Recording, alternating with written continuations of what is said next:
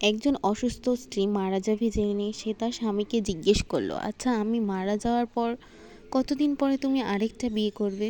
একথা শুনে স্বামী বলল, যতদিন পর্যন্ত তোমার কবর একদম শুকিয়ে না যায় ততদিন পর্যন্ত আমি আর বিয়ে করব না।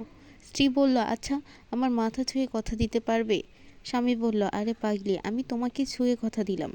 স্বামীর মুখে স্ত্রী কথা শুনে খুশি হয়ে বলল, জানো তো আমার এত অসুস্থতার দিনগুলোর মধ্যে আজ আলাদা এক শান্তি অনুভব করছি। স্বামী জিজ্ঞেস করলো, তোমার কথার কিছুই বুঝতে পারলাম না। তখন স্ত্রী বলল, এ তোমায় বুঝতে হবে না। কয়েকদিন পর তার স্ত্রী মারা গেল। প্রতিদিন তার স্বামী তার কবর জিয়ারত করতে যেত। প্রথম দিকে তার খুব কষ্ট হতো, বুকটা হাহাকার করত। কবরের পাশে দাঁড়িয়ে বলতো, তোমাকে ছাড়া আমি সত্যিই নিঃস্ব। তোমার রেখে যাওয়া স্মৃতিগুলো প্রতিনিয়ত আমায় ভীষণ কষ্ট দেয়। কিন্তু সময়ের সাথে সাথে কষ্টের পরিমাণ কমতে লাগলো। সেও চিন্তা করলো, এভাবে আর কতদিন। তাই অন্য ভাবনা তার মাথায় ঘুরতে লাগলো। কিন্তু অবাক হয়ে দেখলো, এতদিন হয়ে গেল অথচ কবরের ভিজা মাটি শুকাচ্ছে না। এটা কিভাবে সম্ভব?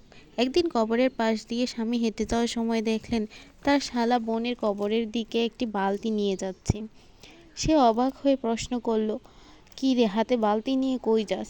শালা বলল, আপু মারা যাওয়ার আগে আমাকে বলে গেছিল প্রতিদিন তার কবরে পানি ঢালতে। এতে বুঝে আমার বোনটা কবরে শান্তি পাবে। একথা শুনে বউকে দেওয়া প্রতিজ্ঞার কথা মনে পড়ল। নিজের অজান্তে চোখের কোণ থেকে পানি গড়িয়ে পড়ল।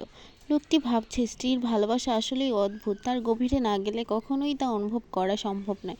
নারীরা সব কিছু ভাগাভাগি করতে পারল, নিজের স্বামীর ভাগ অন্য কাউকে দিতে চায় না, সেটা জীবিত হোক বা মৃত্যুর পর। লোকটি আবারও স্ত্রীর কবরের পাশে গিয়ে বলল, প্রিয়তমা স্ত্রী আমার, আমি সারা জীবন তোমার হয়েই থাকবো, তোমার স্থান আর কাউকে দেব না। বন্ধুরা, একজন স্ত্রী কখনোই তার স্বামীর ভাগ কাউকে দিতে চায় না, এমনকি তার মৃত্যুর পরেও না। বন্ধুরা, যদি আমার ভিডিওটি আপনাদের ভালো লেগে থাকে তাহলে অবশ্যই আমার পেজটা ফলো করতে ভুলবেন না।